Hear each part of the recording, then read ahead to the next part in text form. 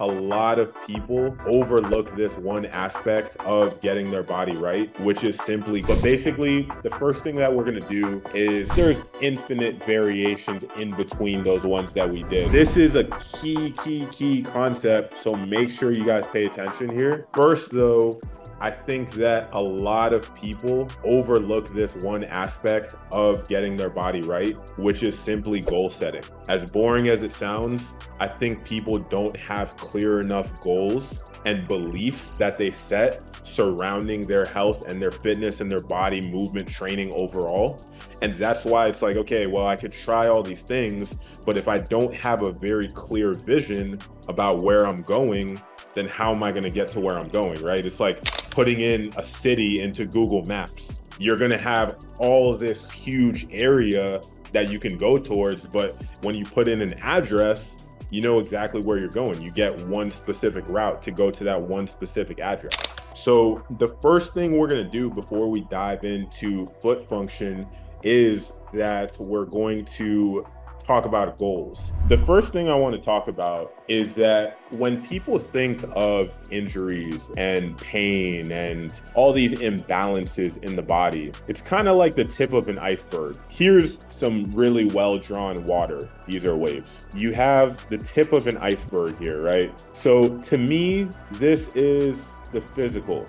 And so what that means is, you know, I have muscle imbalances. One area is tight, something is painful, or something is actually injured. There's structural damage. These are the physical aspects of some of the issues that you guys are dealing with, right? But there's a whole nother level to this that most people don't really consider whatsoever when it comes to rehabbing and getting back to your athletic peak. And it's the whole rest of the iceberg here, which is there's a bunch of different things that you can call this, but one way is the mental, emotional aspects of these issues. You can also call it your internal state. And what I mean by internal state is if you guys are just sitting here right now, just bring attention inside of your body. How are you feeling? Are you feeling really relaxed? Are you feeling energized? Are you feeling low energy? Are you feeling anxious? Whatever you feel inside, this is what I'm talking about in terms of your internal state. And so with an iceberg like this drawing that we see here, it's important to note that even what's over the water, the surface of the water, is still connected to what is under the surface of the water. So here in this diagram, the physical and the mental, emotional, or your internal state, these are all linked. There's no separating them. And so when it comes to fixing your issues, fixing any of your imbalances, fixing your chronic ankle issues, chronic back pain, whatever, you have to approach it from every single angle, not just the physical, like, okay, I need to strengthen a certain set of muscles, or I need to get more range of motion in this joint or that joint, but you also need to understand what is the internal state that is actually at the root of these physical manifestations. And so that might not make any sense yet. We'll dig a little bit deeper into what that actually means. But first, I want you guys to just do a little exercise. Super simple, nothing crazy yet. You're just going to become aware of what's going through your mind and what you're feeling in your body. And so I want you to just sit and feel for a second and start to understand or start to realize what is actually watching your mind, what is actually watching your body. And the reason we're doing this is because a lot of people think that your mind is watching your mind, but your mind can't watch your mind. Your mind is just a cycle of thoughts. It's just a loop of thoughts that comes and goes. And so if you're here, this is you, this is obviously your physical body. And like I was talking about before, your emotions, your thoughts, and your physical body. There's really no separating all of them. Like a good example of that is, for instance, when you were, let's say, like you had to go talk in front of your class one time, or you had to give a speech or something like that, and you got nervous. You had the thoughts in your head, circulating in your head, in your mind, of what if they don't like my speech, or what if they think I'm ugly, or what if they don't like me, whatever, right? And then you also have the emotions of nervousness, and you feel those emotions physically in your stomach. You feel butterflies in your stomach before you go give that speech. So that's just to show you guys, to depict for you guys that physical, mental, and emotional are literally all one and the same. They all come from the same place. They're all the same thing. But you have something outside of you that is basically watching yourself. You have this presence here. Whatever you want to call this presence here, it's observing your mental, your physical, and your emotional. And so you can just sit here and connect to that, because again, your mental, physical, and emotional cannot observe your mental, physical, and emotional. You have something, a different entity outside of yourself, whatever you want to call that, that is observing those things. And so that is what I mean by becoming aware of your internal state. So everything that we do in this challenge is going to be centered around this topic. You want to create distance between yourself, the physical, mental, and emotional part of yourself, this guy, the stick figure that I drew here, and this observer. You want to connect more and more to this observer, and it's going to allow you to see deeper and deeper into the issues that you have, whether it be the imbalances, it be the lack of range of motion, it be pain, it be injuries, whatever it is. The more you can connect, you can separate yourself from your mental, physical, and emotional and connect to this observer, the more you're going to be able to figure out and just iron out all those kinks and issues that are in your body. So that is the whole high level picture of how everything we do works at Mind Your Movement.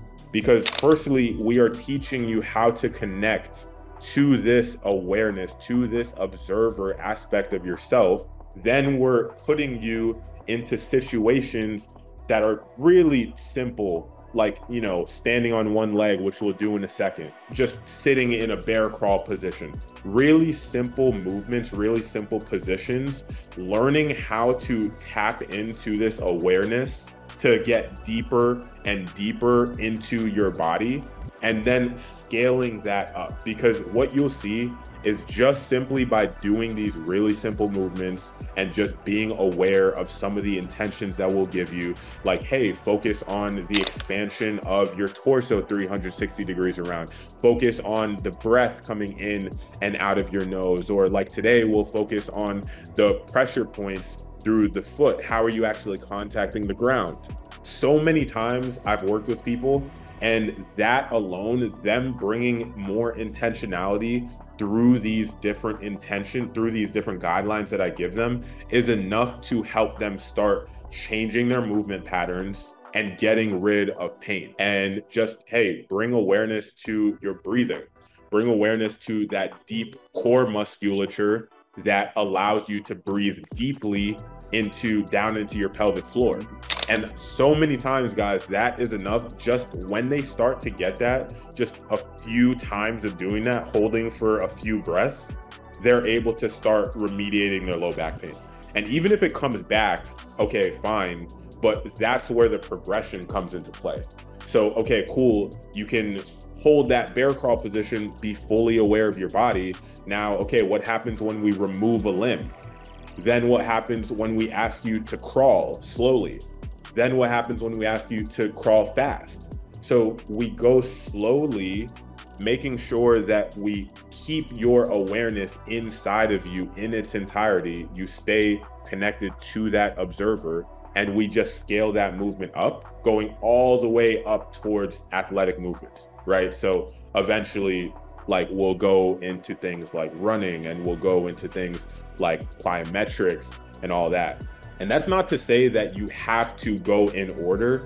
It's okay to run and sprint and do these more athletic things, even if you haven't perfectly, quote unquote, mastered a simple bear crawl or a simple single leg stand or something like that. You can go out of order, because all these different complexities, all these different forms of movement are going to inform you more and more about yourself. And that's the way that we view movement, is that all of it, all these training modalities, they are just different forms of feedback to show you about your issues. And if you can learn how to channel your awareness and your focus to the right places with the right guidelines, with the right intentions, then you can actually use these modalities to your benefit to solve your problems for good. Otherwise, you're just going to keep on going in circles. You're going to try this guy's modality, that guy's exercise plan, this guy's workout, and you're just going to be continuing to do workouts, continuing to work on the tip of the iceberg without actually understanding what is below that. So that's my high level spiel. Basically what we do here at Mind Your Movement, how we get people results, and how you guys can get results for yourselves with whatever injuries, whatever issues that you have. Yeah, let's have everybody get to a place where you could just stand up. We're just gonna do a couple things. Actually, for this first one, I want you to be able to lay down flat on your back. So if you could just lay down, find a place where you could lay down flat on your back. But basically, the first thing that we're gonna do is we're gonna start bringing awareness to our feet. And so again, this is the very first step, because what you'll notice a lot of the times, guys, is when you have an injury, let's say you have an ankle sprain or you have chronic ankle sprains. I had a ton of ankle sprains all the time. And what I noticed as I started getting into the work that I do now is that my ankles lost a lot of sensation. When I would try and legit, just feel my ankle. And when I say feel my ankle, it's the same way that you would feel your bicep when you're doing bicep curls. You're just bringing, a lot of people say mind to muscle connection, but again, it's not your mind that's observing the muscle, it's whatever you want to call it that's observing the muscle. And so you're actually shifting your awareness from your mind to your muscle or to anywhere in your body. And that's why a lot of times we'll have racing thoughts, right? And this is a quick little trick to calm down your thoughts, to get your mind to stop. You don't get your mind to stop by just saying, hey, mind, stop, shut up. That doesn't work. What you have to do instead is shift your awareness from your mind into another part of your body, or into something like breathing, right? So if I'm gonna focus on my air coming in and out of my nose, right? Just focusing on that. When you do that, your mind automatically stops, but it's not that your mind actually stops. It's just simply that your awareness is not on your mind anymore. It's on somewhere inside of your body. And so this is a key concept. So make sure you guys pay attention here. It's that we need to, instead of thinking about all these different cues about how our joints should be positioned and what muscles should be activated and how we should be moving, we don't want to think about that. We actually just want to direct our awareness to that area of the body in order for it to operate in the best way possible. Because the intelligence within our body is going to be much greater than what's in our head. And so that's why with this practice we're going to do, we're just going to lay down or sit down, whatever's best for you. And you're literally just going to bring attention to your feet. Bring attention to your toes, the tips of your toes. Bring attention to the base of your toes. Bring attention to the balls of your feet, to the middle of your foot, to the entire midfoot, just up and down 360 degrees around. Bring attention to your heels, to your Achilles, to your entire ankle complex. And now just feel the whole entire foot and ankle in its entirety. And I just want you guys to focus on the foot and ankle all the way around. And every single time you notice that you have a thought in your head and the thought is looping, oh, what am I going to eat after this? Oh, burgers sound good. Oh, should I invite my girlfriend? Or, oh, nah, she's going to do this or that. Once your thoughts loop like that and you notice, just bring it back to the task at hand, which is focusing on your foot and ankle. We're actually going to shift to another exercise. So we're going to stand on one leg and we're going to do something very similar. So now, instead of laying down, you're obviously going to be standing up. You're going to be on one leg. And what I want you to focus on this time is how your weight is distributed through the bottom of your foot. So again, just notice it. When it comes to these kinds of things, and if you've meditated before, I don't know if any of you have, maybe have some experience with it, but it's really all about just watching and not trying to manipulate. So for instance, if you're doing a breathing meditation, you don't necessarily want to change your breathing. You don't necessarily want to make it lighter or faster or anything like that. You just want to watch what happens. And the beauty of this is when you just watch, when you just kind of shine that flashlight of your awareness on some of these areas of your body or some of these things that we'll focus on, you'll find that they kind of just naturally iron themselves out. So for instance, if you just kind of let your breathing happen, you just watch it, you just shine that flashlight of awareness onto your breathing, you'll find that your breathing will naturally calm. You kind of just get out of your own way in a sense. You turn off that highly stimulated, almost anxious part of you that wants to take control of your breathing. And when you do that, you'll just find it naturally slows down. Same thing with what we're about to do here. So instead of trying to think, oh, I need to stand like this on my leg, literally just stand there, focus on the bottom of your foot, and just notice where your weight is distributed. So we'll do each leg and yeah, just notice what happens. When people have ankle sprains, is to do this, but to hold on to something lightly for balance.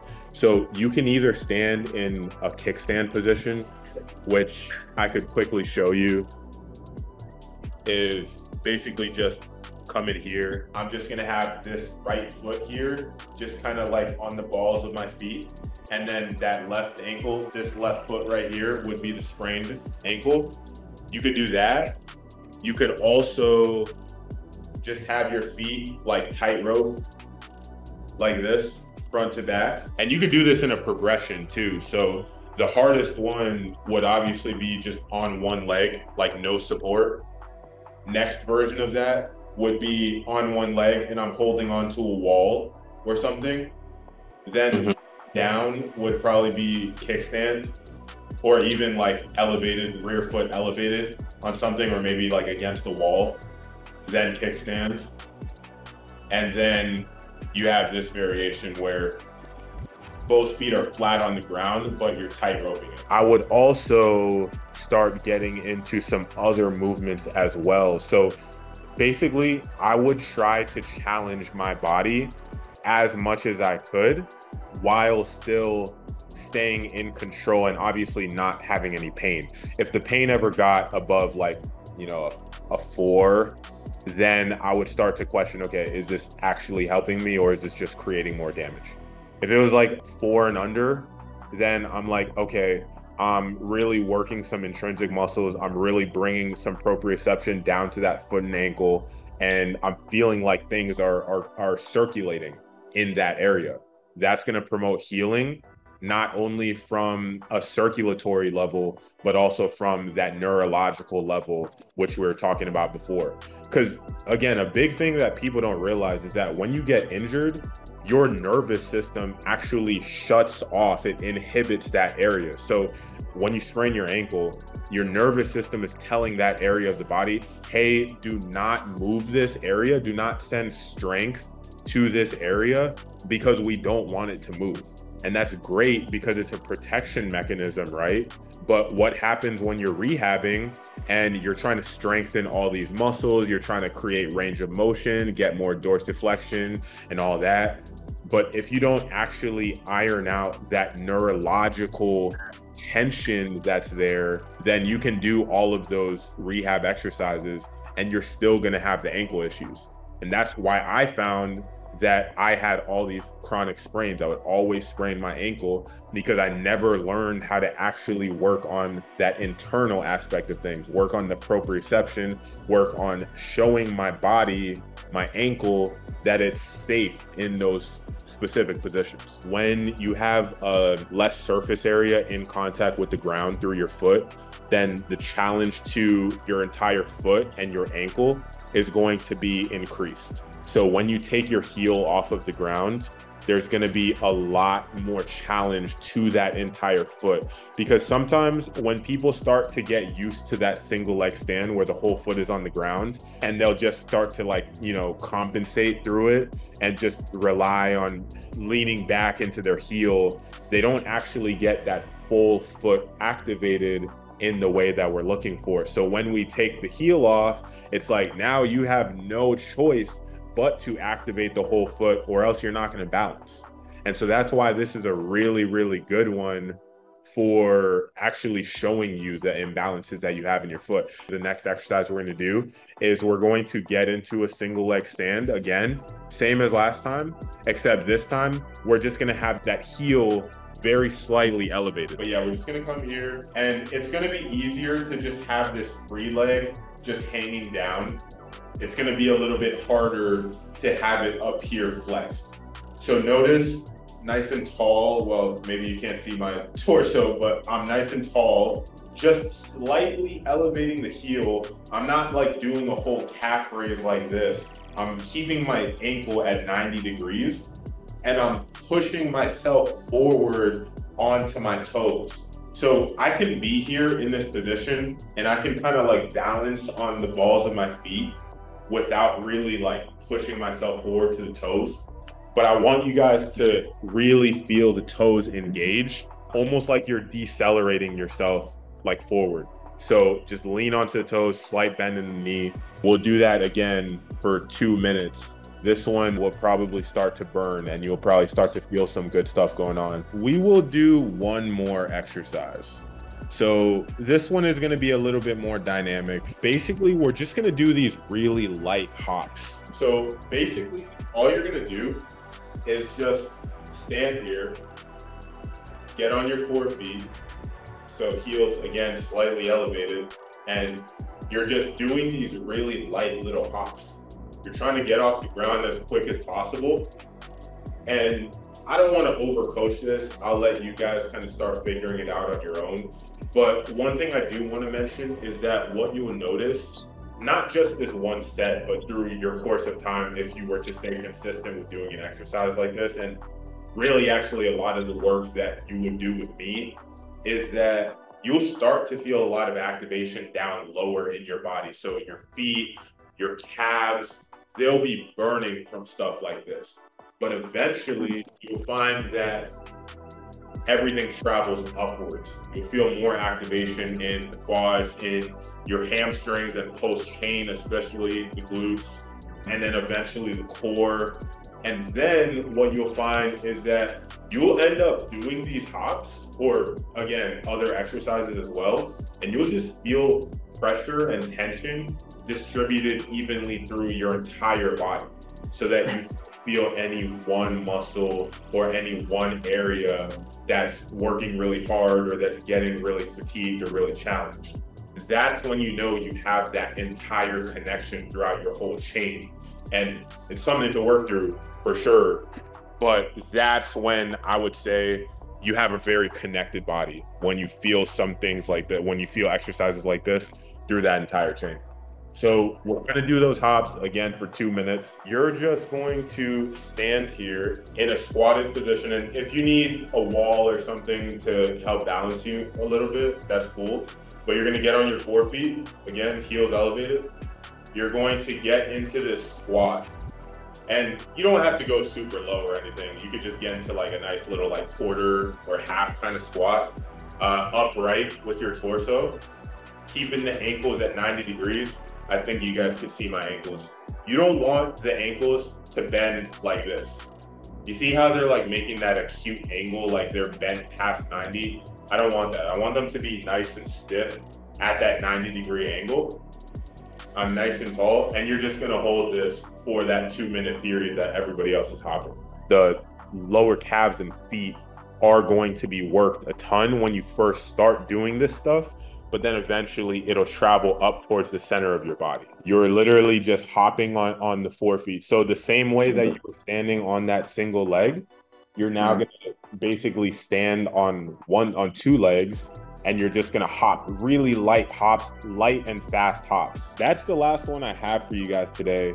So I hope you guys could see how we just progressed nice and slow, and there's infinite variations in between those ones that we did, right? I mean, we made a decently big jump from just a single leg stand to those hops, but you guys can see how we progress from those super simple things with just really simple intentions to a little bit more complex, a little bit more athletically demanding exercises like the hops we just did. All right, cool guys, talk tomorrow.